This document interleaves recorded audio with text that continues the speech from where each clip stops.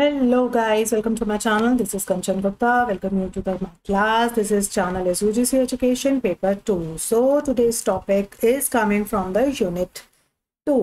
इसका सेक्शन जो है डी है, उसका फर्स्ट टॉपिक मैंने कवर करा दिया था, that is the relationship between the politics and education. Now will discuss another part of this. मैंने आपसे कहा था ये काफ़ी बड़े बड़े टॉपिक्स होते हैं, तो इनको एक टाइम में कवर अप मैं नहीं कर रही हूँ. मैं अलग अलग टॉपिक्स बना रही हूँ ताकि इट्स जो है good for you and beneficial for you to read it out और अटेंड द लेक्चर्स. तो चलिए अपना स्टार्ट करते हैं. तो टुडेज टॉपिक इज पर्सपेक्टिव्स. अब पर्सपेक्टिव के बेसिस पे है. Just a second to setting up all necessary arrange. Yes, so here we have the perspectives. इस चीज़ के पॉलिटिक्स के. अब हमने पॉलिटिक्स तो पढ़ ली भैया. पॉलिटिक्स जो है हमारी एजुकेशन को अफेक्ट करती है. In terms of what? In terms of fundings. In terms of funding हमें फंडिंग्स मिलती है. In terms of agendas. Basically मैंने आपको बताया था जो पॉलिटिक्स होती है ना, वो हमारी पॉलिसीज जो बनती हैं, एजुकेशनल पॉलिसीज, उनको इम्पैक्ट करती है कि फंडिंग कहाँ से आ रही है, एजेंडास कैसे होता है, या इन्वेस्टमेंट्स, जैसे हम फंडिंग्स को ही इन्वेस्टमेंट्स कहते हैं, या आइडियोलॉजीज कैसे इफेक्ट करती है, करिकुलम कंस्ट्रक्शंस हैं, कल्चरल बैकग्राउंड्स हैं, ये सारी चीज़ें जो हैं वो पॉलिटिक्स अफेक्ट करती है. अब इसके कुछ पर्सपेक्टिव्स आते हैं, जैसे लिबरल सोच है, कंजर्वेटिव सोच है, क्रिटिकल सोच है. इनके बारे में हम बात करते हैं. और जो मेरे चैनल पर नए हैं फटाफट सब्सक्राइब कर दीजिए और चैनल को लाइक कर दो. चलो नेक्स्ट करते हैं अपना. जो पॉलिटिक्स है ना, पॉलिटिक्स ऑफ एजुकेशन, वो हम एनालाइज कर सकते हैं थ्रू द आइडियोलॉजिकल पर्सपेक्टिव से. वो आइडियोलॉजिकल पर्सपेक्टिव्स क्या है? पहला है लिबरल, कंजर्वेटिव, जो हमारी टेक्स्ट बुक मतलब हमारे कोर्स में है. इसके अलावा भी एक इंडिविजुअलिज्म आएगा, सेक्युलरिज्म आएगा, ये भी मैं पढ़ाऊंगी अभी आपको. तो सबसे पहले हम पढ़ते हैं लिबरल. लिबरल क्या होता है? एक आजाद. लिबरल, इससे कोर वैल्यूज क्या कहती है? एक इंडिविजुअल का राइट्स. लिबरल पर्सपेक्टिव से हम लोग जो है पॉलिटिक्स, मतलब हमें एक बच्चे को ना, हमें जो हम लोग करिकुलम में बच्चे को एक लिबरल पर्सपेक्टिव से जो है ऊंची सोच रखनी है उसकी, उसको उसके बारे में बताना है कि उसको जो है बैकग्राउंड, जो सोशल बैकग्राउंड्स हैं उसके परे हटके उसको आगे बढ़ना चाहिए. अपनी जो है इक्वल एजुकेशनल अपॉर्चुनिटीज रखनी चाहिए, बैलेंस्ड रखना चाहिए, क्रिटिकल थिंकिंग रखनी चाहिए, लिबरल सोच रखनी चाहिए, खुली सोच. पुरानी जो है उनको सोच के, जो पुरानी सोच है, जो पुरानी एक जो है नैरो सोच है, उसको हटा के. तो यहाँ कोर वैल्यू में कहते हैं कि इंडिविजुअल का राइट्स और उसकी फ्रीडम की बात हो रही है कि हमें इंडिविजुअल के राइट्स, उसकी फ्रीडम, उसकी ऑटोनॉमी की रिस्पेक्ट करनी है. उसके बाद आता है अपॉर्चुनिटीज. हमें इक्वल अपॉर्चुनिटीज देनी है regardless of any social economic background या एथनिसिटी या जेंडर. इन सबके परे हमें इक्वल अपॉर्चुनिटीज देनी है. मेरिटोक्रेसी, यानी कि education should be meritocratic system है, जहां पर एक individual can advance based on their abilities के बेसिस पे आगे जाता है, यानी कि मेरिटोक्रेसी. ये कोर वैल्यू बताता है. अब क्या कह रहा है? व्यूज क्या है? अब हमारा जो लिबरल का हम बात कर रहे हैं वो एजुकेशन पॉलिसी में क्या यूज है? तो जो public education advocacy, public education, यानी कि जो लिबरल्स होते हैं जनरली सपोर्ट करते हैं पब्लिक एजुकेशन सिस्टम को funded by government to ensure the equitable access for the all the students. की जो लिबरल सोच वाले व्यक्ति होते हैं वो क्या करते हैं? वो एक इक्विटेबल सोसाइटी की गणना करते हैं, एक इक्विटेबल एक्सेस की बात करते हैं कि सभी को एजुकेशन मिले. ये है एक पब्लिक एजुकेशन जिसमें पब्लिक को कंप्लीट फ्रीडम है. करिकुलम एंड स्टैंडर्ड्स, यानी कि एक बैलेंस्ड करिकुलम की डिमांड की जाती है जो हमारी क्रिटिकल थिंकिंग को, डाइवर्सिटीज को और मल्टीकल्चरलिज्म को सपोर्ट करे. एजुकेशन में रिफॉर्म्स की बात की जाती है कि भैया टीचर को प्रोफेशनलिज्म की जरूरत है, अकाउंटेबिलिटी की जरूरत है, एक क्वालिटी ऑफ एजुकेशन की जरूरत है. तो हमें उस रिफॉर्म को लेके आना है. तो हमारी एजुकेशन पॉलिसी में लिबरल पर्सपेक्टिव ये होना चाहिए. और इसमें भारत सरकार क्या कर रही है? क्या उनका इंटरवेंशन है कि liberals believe in the government interventions. ये करने के लिए कि हम एक लिबरल्स ये सोचते हैं कि गवर्नमेंट का इंटरवेंशंस होना चाहिए, क्योंकि एक सरकार ही है जो इक्विटी और क्वालिटी ये दोनों ही प्रोवाइड कर सकती है. साथ ही साथ हमारी एजुकेशन में जितनी भी डिस्पैरिटीज हैं, है ना, या हमारे जहाँ पे सोशल कोहेंशन को प्रमोट किया जा रहा है, वो हमारी सपोर्ट कौन है? हमारी पॉलिसीज कर सकती हैं, हमारी जो गवर्नमेंट पॉलिसीज बनाती हैं. तो हमारी गवर्नमेंट का हमारे लिबरल होने में बड़ा हाथ है. ठीक है, एजुकेशन पॉलिसीज का बड़ा हाथ है. और इसमें कोर वैल्यूज तो यही कहती है कि हमें एक इंडिविजुअल जो फ्रीडम है उसकी रिस्पेक्ट करनी है. नेक्स्ट आता है कंजर्वेटिव पर्सपेक्टिव्स. अब एक आयरिश पॉलिटिशियन एडमंड बर्के थे, normally held to be the father. उनको लिबरल कंजर्वेटिव का कंजर्वेटिज्म का जो है फादर कहा जाता है। ठीक है, अब इसमें कोर बिलीफ यानी कि क्या कहता है कंजर्वेटिज्म, ये कहता है कि जो फैमिली है, जो कम्युनिटी है, पेट्रियोटिज्म है, रिलीजियस टीचिंग्स हैं, वो हमें एजुकेशन में वैल्यूज बच्चों को देनी है। दे प्रायोरिटाइज, उन्होंने प्रायोरिटाइज किया कि जो इंडिविजुअल रिस्पॉन्सिबिलिटी है, एक पर्सन की जो इंडिविजुअल रिस्पॉन्सिबिलिटी है, जो उसका डिसिप्लिन है, जो उसकी रिस्पेक्ट है for the authority with in the educational settings में होनी चाहिए। कि एक हमें बच्चों को डिसिप्लिन सिखाना है। ठीक है, एक क्या एजुकेशन सेटिंग्स में, आप समझ रहे हो, कंजर्वेटिव सोच ये कहती है कि हमें जो है बच्चों को सब चीजें सिखानी, लेकिन एक लिहाज से कि प्रेफरेंसेस, लोकल कंट्रोल या पेरेंटल इन्वॉल्वमेंट, समझ रहे हो आप, पेरेंटल इन्वॉल्वमेंट होना जरूरी है rather than centralised government authority. कि हमें कंजर्वेटिव का मतलब है पेरेंटल सपोर्ट, पेरेंटल इन्वॉल्वमेंट, बच्चों की ऊंची सोच, मतलब प्रायोरिटाइज दिया जाना एक इंडिविजुअल रिस्पॉन्सिबिलिटी के, इंडिविजुअल को हमें रिस्पॉन्सिबल बनाना है, हमें एक इंडिविजुअल के डिसिप्लिन का, उसके रिस्पेक्ट फॉर अथॉरिटी का ध्यान रखना है। अब इन सब चीज़ों में हमारी एजुकेशन पॉलिसी क्या काम करती है? एजुकेशन पॉलिसी में सबसे पहला आता है स्कूल चॉइस। स्कूल चॉइस क्या करता है? जो कंजर्वेटिज्म ऑफन एडवोकेट करता है कि जो school choice initiatives including the charter schools हो, वाउचर्स हैं या होम स्कूलिंग करना है, वो डिपेंड्स ऑन यू कि आप किस तरीके से कंजर्वेटिव। लेकिन देखिए हमारी सोसाइटी में इन डिफरेंसेस बहुत हैं। कई बिल्कुल बॉदर नहीं करते कौन से स्कूल में जा रहे हैं, बहुत बॉदर करते हैं कि कौन से स्कूल में बच्चों को भेजना है, कि जहाँ स्कर्ट्स ना हो, जहाँ पर जो है रिचुअल्स ऐसे हों वैसे हों, तो बहुत सारे। तो इस तरीके के जो भी स्कूल्स होते हैं, देखिए मनाही नहीं है, लेकिन वहाँ पर भी ऊंची सोच रखनी है कि कपड़े से या आपके बैकग्राउंड से आपके एजुकेशन पे फर्क नहीं पड़ना चाहिए। दूसरा आता है करिकुलम का कंटेंट कैसा होना चाहिए, बेसिकली वो नॉलेज पे होना चाहिए।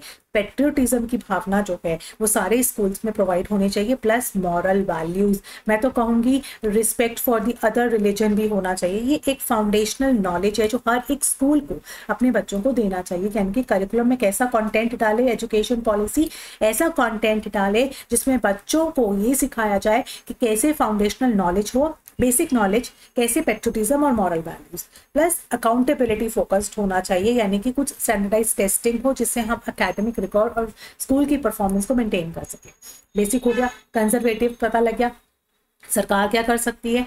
सरकार ये कर सकती है कि वो एक अपना तो जो है ना बहुत ही कम इन्वॉल्वमेंट रखे।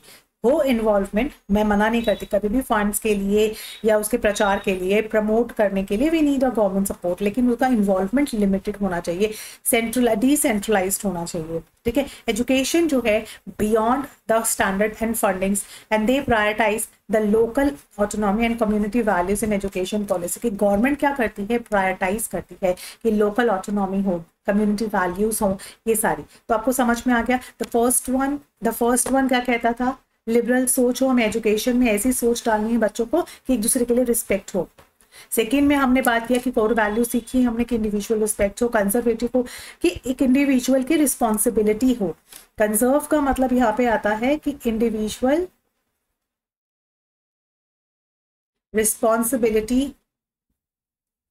रिस्पॉन्सिबिलिटी हो, अथॉरिटी हो, अपनी अपनी जो उन्होंने किया है ना उसकी अथॉरिटी ले।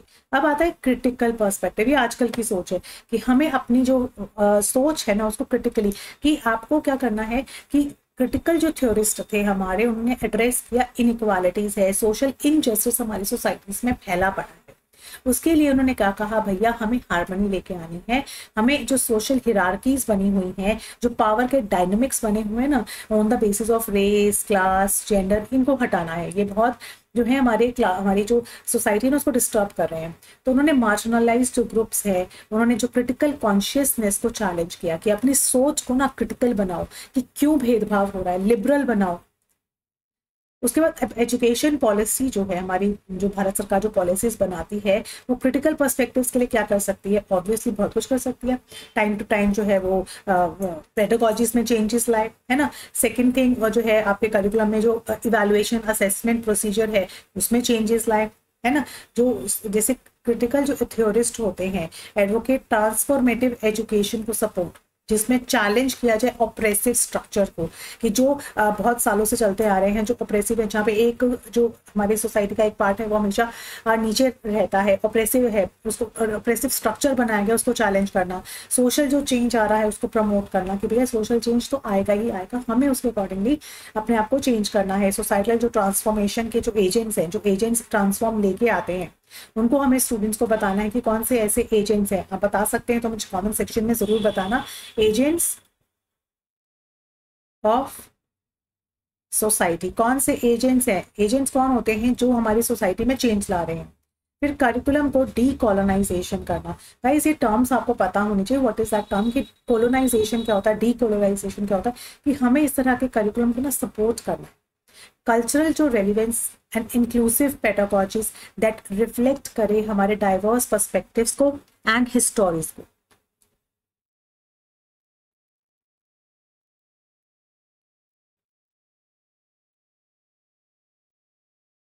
करिकुलम डीकोलोनाइजेशन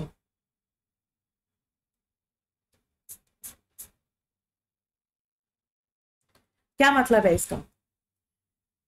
इसका मतलब है process of reevaluating and transforming the educational curriculum to address and rectify the dominance of the marginalize, मतलब जो हमारे फॉरेन के जो इस पे असर पड़ रहा है ना, उसको क्या करना, डीकोलोनाइजेशन करना करिकुलम में, कि हमें अपनी सोसाइटी के बारे में ध्यान रखना है।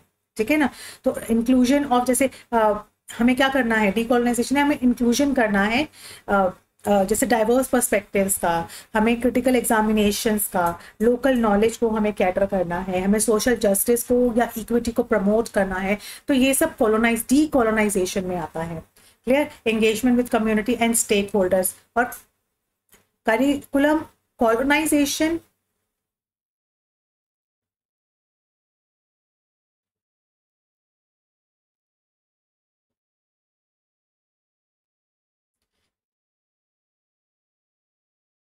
इसमें क्या होता है, कॉलोनाइजेशन का मतलब होता है जो वेस्टर्न सोच है ना, कॉलोनाइजेशन होता है वेस्टर्न सोच को करिकुलम में डालना, और डी कॉलोनाइजेशन का होता है कि वेस्टर्न सोच को हटके हमें अपनी लोकल नीड्स को कैटर करना है।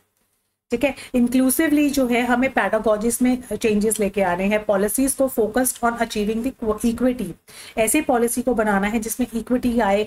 जो भी हमारे बैरियर्स है जिन्हें हम एक्सेस करने से रोक रहे हैं, जो और बच्चों को एजुकेशन में आने से रोक रहे हैं, उनको एड्रेस करके उनकी जो भी इनइक्वालिटीज है उसे दूर करना है। तो ये क्रिटिकल सोच कहती है। अब इसमें गवर्नमेंट क्या करे, जब हमें भैया लोगों में क्रिटिकल सोच को प्रमोट कर रहे हैं, तो इसमें गवर्नमेंट क्या कर सकती है? गवर्नमेंट जो स्ट्रक्चर में इनइक्वालिटीज है, जो पॉलिसीज में इनइक्वालिटीज है, जो सोशल जस्टिस नहीं दे पा रही है, भैया वो पॉलिसीज के थ्रू गवर्नमेंट कर सकती है। Community and grass root movement लाना। क्या होता है ग्रास रूट मूवमेंट? जिसमें कम्युनिटी को एंगेज, यानी कि हम लोगों को बुलाएं, लोगों को आपस में, जैसे पेरेंट्स का इन्वॉल्वमेंट रखें, अगर कोई मीटिंग होती है तो उसमें पेरेंट्स को इन्वॉल्व करके रखें।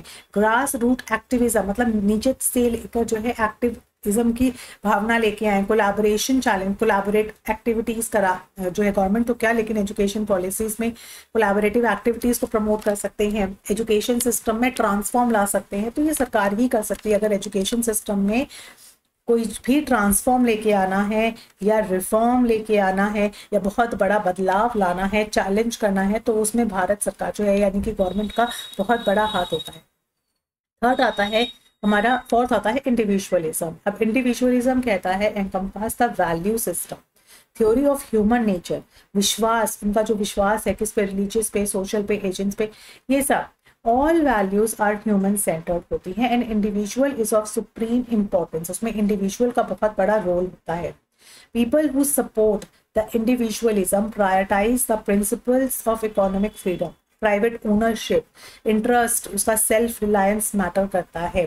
चिल्ड्रन जो होते हैं इस तरह की सोसाइटी में बहुत ही कम जो है अपनी ओपिनियंस को शेयर कर पाते हैं, because they believe in individuality, because उनकी जो साइकोलॉजी होती है, उनका जो फिजिकल क्लोजनेस होता है वो बहुत ही ज्यादा उनके लिए वैल्यूड रखता है। तो इस तरह के इंडिविजुअलिज्म हमें सोसाइटी में देखने को मिलते हैं। ठीक है जी। सेक्युलरिज्म। अब जॉर्ज जैकब जो थे, पोलियकोर में जैकब जो थे वॉज द इंग्लिश सेक्युलरिस्ट थे, कोऑपरेटर, न्यूज़पेपर एडिटर। उन्होंने टर्म सेक्युलरिज्म 1851 में जो है जियोनिज्म, इसमें मतलब इन्होंने एक टर्म बनाई। अब 42nd अमेंडमेंट में जो कॉन्स्टिट्यूशन का 1976 में जो प्रियम्बल में सेक्युलर नेशन कि इंडिया एक सेक्युलर नेशन है, क्या मतलब है सेक्युलर स्टेट का? Does not prioritize any one religion. इसको याद रखिएगा, सेक्युलरिज्म का होता है कि does not prioritize any of the religion, कोई भी रिलीजन को ना प्रायोरिटी नहीं मिलेगी, सब इक्वल रहेंगे, ठीक है। सेक्युलर जो होगा मीन्स सेपरेट फ्रॉम रिलीजन और having no religious beliefs. So religion is open to one, सबके लिए खुला है, and all is personal choice है, किसी की इंसान की पर्सनल चॉइस है वो किस धर्म को अपनाना चाहता है। सेक्युलरिज्म जो था वैदिक कॉन्सेप्ट्स में धर्मनिरपेक्ष, मतलब किसी भी धर्म को in difference of the state, की किसी भी मतलब जो स्टेट है ना वो रिलीजन के अकॉर्डिंगली कोई भेदभाव नहीं करेगी, ठीक है।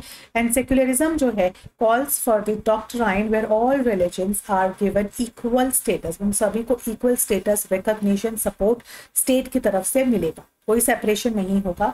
सेक्युलर जो पर्सन होते हैं one who does not own his moral values to any religion, किसी भी धर्म के लिए वो अपनी मॉरल वैल्यूज को जो है ना वो नहीं करते हैं, भूलते नहीं है या दाव पे नहीं रखते हैं, उनकी अपनी रैशनल और साइंटिफिक थिंकिंग होती है, दे बिलीव इन वन, किसी तरह का डिस्क्रिमिनेशन नहीं करते हैं इन एनी ग्राउंड्स पे, चाहे वो रिलीजन ग्राउंड हो, चाहे वो कास्ट ग्राउंड हो, चाहे एक सेक्युलरिज्म का पर्सन है कि कोई भी डिफरेंस नहीं होता है on the basis of religion specially, ना ही सरकार की तरफ से ऐसा कोई डिफरेंस समझा जाएगा। क्लियर है सेक्युलरिज्म।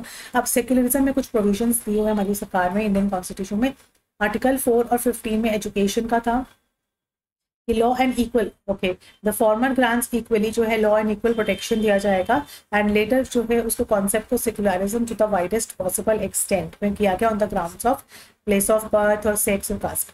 16A आर्टिकल में equal opportunity all citizens in the matters of public जो है एम्प्लॉयमेंट, एंड जो है no discrimination on the basis of religion, race, caste, sex and place of birth.